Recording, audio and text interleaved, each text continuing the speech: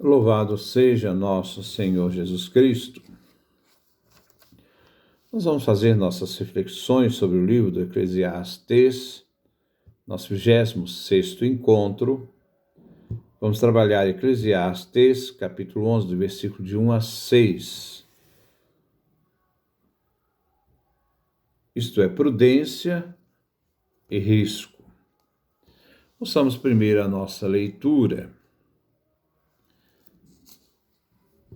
Ainda que envies teu trigo pela superfície do mar, no fim do tempo o recuperarás. Ainda que dividas em 7 ou em 8 partes, não sabes as desgraças que podem acontecer na terra. Se as nuvens estão cheias, descarregam a chuva sobre o solo. Caia para o sul ou para o norte, a árvore fica onde caiu. De tanto olhar os ventos, não se semeia. De tanto olhar as nuvens, não se colhe. Se não entendes como um alento entra nos membros num seio grávido, tampouco entenderás as obras de Deus, que faz tudo. De manhã semeia tua semente, e à tarde não cruze os braços, pois não sabes qual das duas semeaduras vai prosperar, ou se as duas terão igual êxito. Este é o nosso texto que nós vamos refletir no dia de hoje. Versículo 1. Ainda que envies o teu trigo pela superfície do mar, no fim do tempo o recuperarás. Veremos nestes versículos que Coelete nos convida a sermos diligentes no agir, a sermos ousados em nossos empreendimentos e a termos também prudência. A insegurança age como uma faca de 2 gumes. Assim, quando se faz um empreendimento arriscado, como é,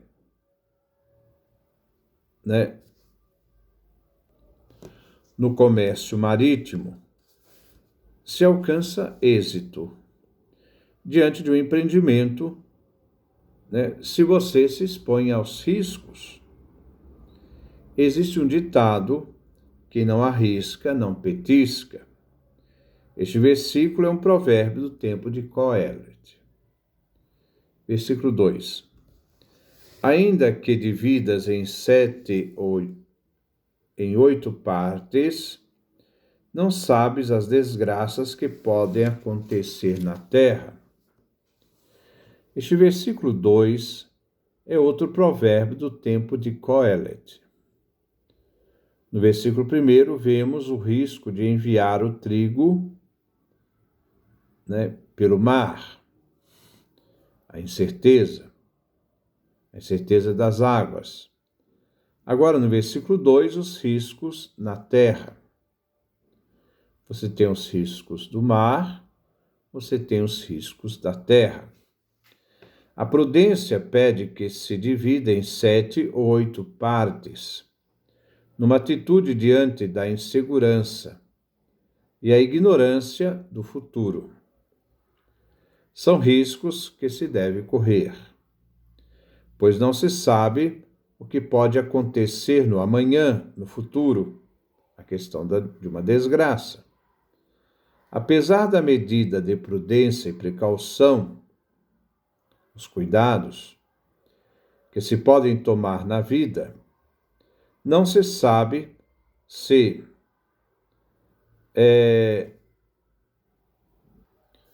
ele vai acertar ou não com a atitude tomada, pois o futuro não depende do ser humano. Esta incerteza sobre o futuro do ser humano não pode prender o ser humano na inatividade, mas o impele à ação e ao risco.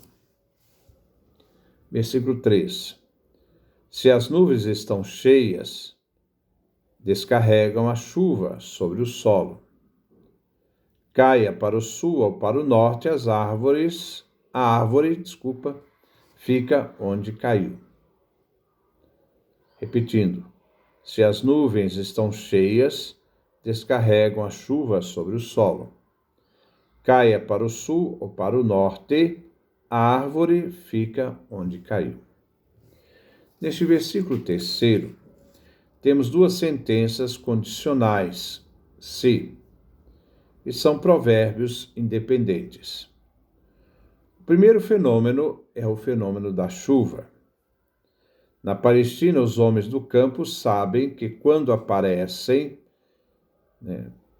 no oeste, nuvens espessas que cobrem o céu, a chuva vem sobre a terra. O solo, ressequido, será umedecido. E os seres humanos não podem evitar o fenômeno da chuva. O segundo provérbio é o da árvore que caiu sem interferência humana, ou porque a árvore já era velha e seu tronco não aguentou mais o peso dos ramos, ou porque um forte vendaval arrancou as árvores pela raiz, devido à força do vento. Queret observa a natureza e vê aqui que o homem nada pode mudar diante dos fenômenos. E não é por isso que ele não deve empreender, ficar inativo. Versículo 4. De tanto olhar os ventos, não se semeia. De tanto olhar as nuvens, não se colhe. Agora vemos alguém que olha, observa os ventos e as nuvens. Vemos um agricultor indeciso que, de tanto observar, acaba não agindo.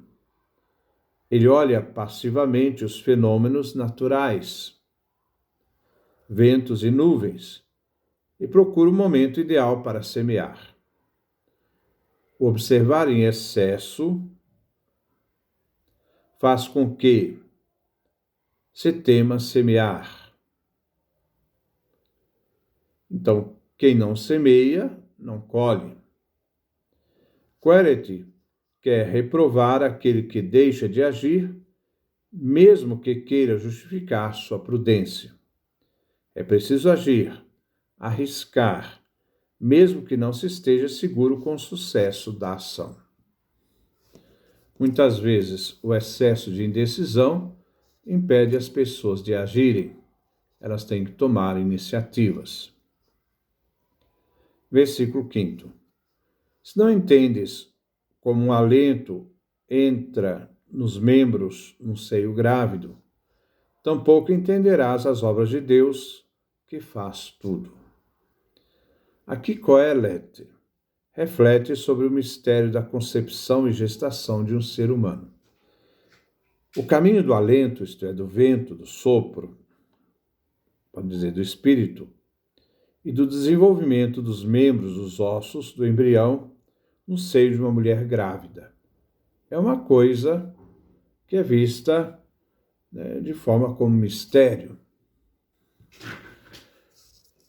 Qual é o caminho do alento, do vento, sopro?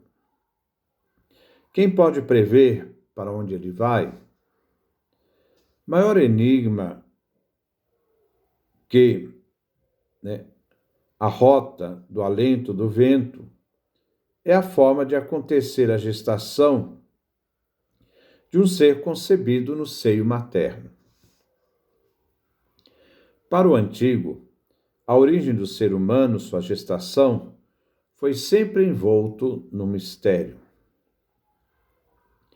Diante desse mistério do alento na gestação do ser humano, no seio materno, se depara com o mistério oculto de Deus, que o ser humano não pode pensar ou entrar plenamente diante da criação e das obras divinas.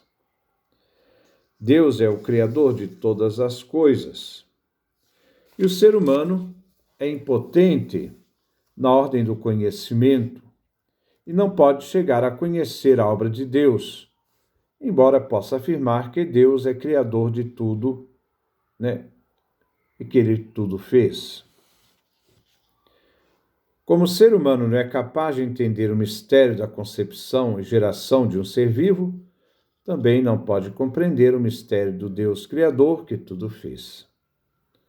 Se não entendes os mistérios pequenos, não entenderás tampouco os grandes mistérios do Criador. Diz Coelet. Versículo 6. De manhã semeia tua semente e à tarde não cruzes os braços, pois não sabes qual das duas semeaduras vai prosperar, ou se as duas terão igual êxito. Encontramos nestes versículos duas formas que são imperativas: semeia e não des repouso. Não cruzes os braços. A razão é, pois não sabes o resultado qual será. A metáfora fala da vida normal de um semeador, mas que representa todo ser humano em sua vida cotidiana. A expressão de manhã e à tarde refere à atividade constante, em não repousar-se, não deixar de trabalhar, isto é, não se pode permanecer parado sem agir. O autor aconselha a semear, trabalhar sempre. É um convite à ação arriscada, como acontece como o homem do campo, que lança sua semente sem saber se terá ou não uma boa colheita. Deve-se fazer o que se deve fazer, sem ilusão dos resultados. Coelet não está na linha da sabedoria otimista antiga que dizia: toda ação perseverante terá resultado seguro. Esse é o otimismo. Nem tampouco ele é derrotista, que afirma toda ação humana cai no pessimismo e derrota. Não. Ele não é nem otimista, nem pessimista. Ele é um sábio realista, enfrentando os mistérios, obscuridades da vida, mas diz que se deve trabalhar diariamente, pois só no trabalho ele encontrará alguma satisfação, né? Isto é, apesar das incertezas que a vida pode trazer. Então, arriscar, ter prudência, mas nunca a inatividade. Que Deus nos dê a sua graça, a sua bênção, sua face resplandeça sobre nós.